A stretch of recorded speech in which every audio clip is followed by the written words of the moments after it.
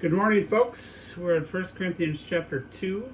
Today, a relatively short chapter, and Paul is continuing his discussion from chapter 1 that focused on that man comes and has, pride, has wants people to follow them as individuals, where Paul is seeking only to serve Christ, and that only wants to bring the message of Christ, and this concept of folly, that those things that are ridiculous to man, that the things of God sometimes can be ridiculous to man.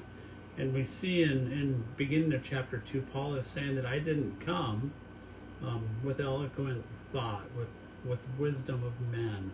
I came strictly to preach Jesus Christ and Him crucified. And that's a hard thing of us who talk about God and do messages, as we try to have our speech and our words be eloquent. And I think Paul is stressing most off that it's the message of Jesus is what is most important.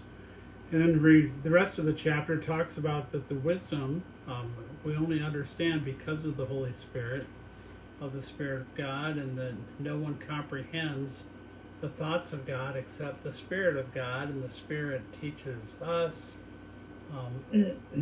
so that it's a whole different system. It's a system that doesn't honor man, but it's a system that is only understood through the Holy Spirit and our desire to have the mind of Christ. So a somewhat complicated chapter, even though it is very small. Just the reliance on the Holy Spirit, the reliance on the message of Jesus, and not the person giving the message. So we'll hit chapter 3 tomorrow. We'll start seeing some of the division within the church.